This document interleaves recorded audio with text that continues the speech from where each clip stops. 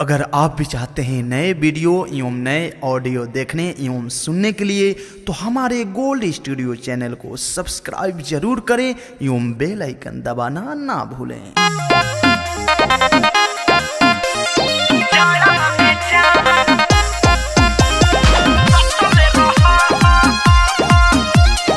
Music by Abhishek Gupta.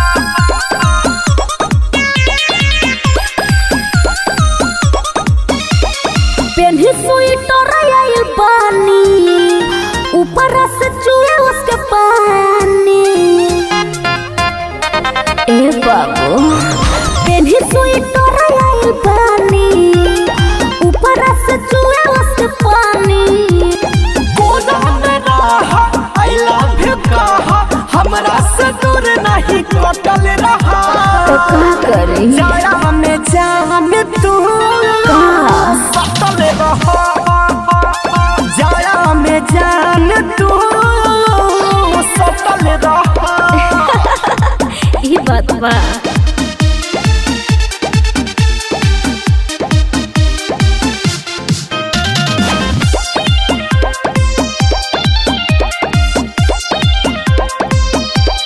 सुना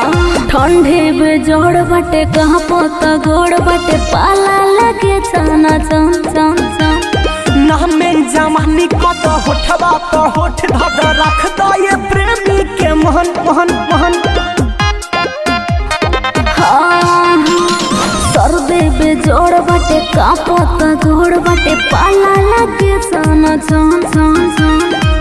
में जमानी को तो होठवा तो होठ धद रख दो ये प्रेमी के मोहन मोहन मोहन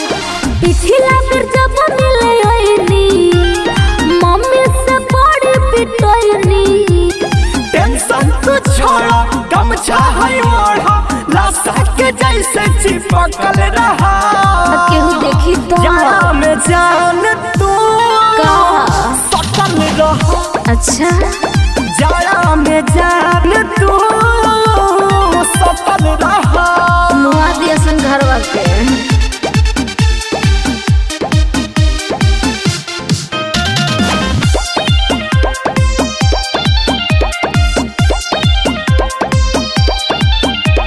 रवि अर्जुन शर्मा कहबी लग जाए हमरा बुखार हो जाई हिट तेज प्रताप करी फिट तो प्यार मिले लागत हार अच्छा ई बात बा। सुना रवि अर्जुन शर्मा कहबी लग जाए हमरा बुखार हो जाई हिट तेज प्रताप करी फिट तो प्यार मिले लागत हार काहे बनेला निरुतोई तोहरे तो धन सब होई झमला हो जाई से लटके लकुहरा कोरा में वैसे लटकल रहा जाया में जान